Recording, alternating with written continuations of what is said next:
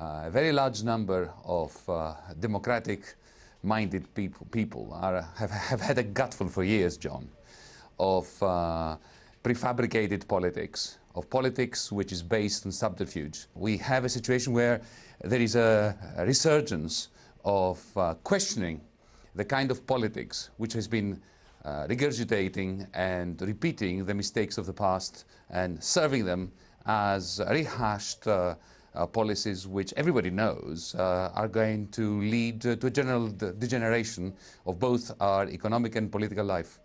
Well, but you are talking as if this is a movement of the left. But the truth of the matter is that this alienation is manifested just as strongly by a rebellion on the right. So you have both Trump and Bernie Sanders from each side of the political equation. So it's no great left-wing revolution, is it?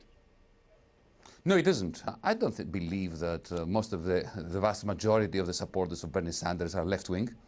There aren't enough left-wingers in New Hampshire to give him this decisive victory that he got. I think there is also a coalition taking shape in the United States of America of people who are concerned about the quality of our democracy, independently of whether they have socialist inclinations or not. But you have lived and taught in America, and you know it well enough to know surely that at the end of the day, Bernie Sanders is not going to become the President of the United States, and very possibly Donald Trump won't either, because the institutions are perhaps wedded enough to the past to ensure it simply doesn't happen. Be that as it may, let me remind you that the rise of Marine Le Pen in France, the rise of UKIP in the United Kingdom, the rise of Golden Dawn in Greece, the rise of Donald Trump, which is, if you want, the dark side of the rejection of the establishment in the United States. The rise of all these right-wing, nationalist, bigoted, misanthropic movements have shifted politics of the center towards the right and have caused even President François Hollande of France to adopt a very large swathe of the agenda of the right. So if you have somebody like Bernie Sanders making a good show, even if he doesn't win, that hopefully will tilt politics in the direction of humanism again. One of the difficulties, of course, is that Syriza got their chance, you got your chance, but you only survived a matter of months before basically chucking in the towel and saying, I can't put up with this isn't what I came into politics for.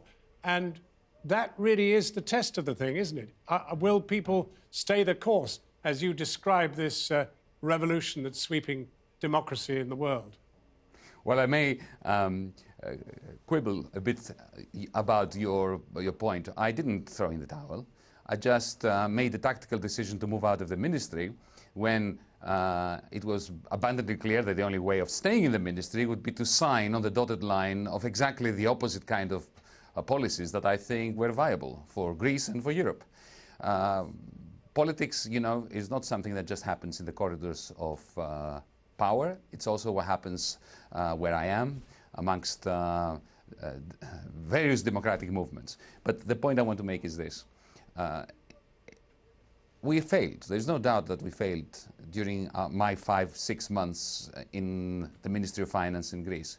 But yet, we've changed Europe to a significant extent. John, do you realize that after that episode, Europeans now know, independently of whether they agreed with me or disagreed with me, whether they were Germans or Greeks, they know that the Eurogroup, that makes all the important decisions in the Eurozone and in the European Union, from a financial point of view, that body is utterly unaccountable. It is illegal, it has no standing in law, and it makes all the decisions in pure lack of transparency.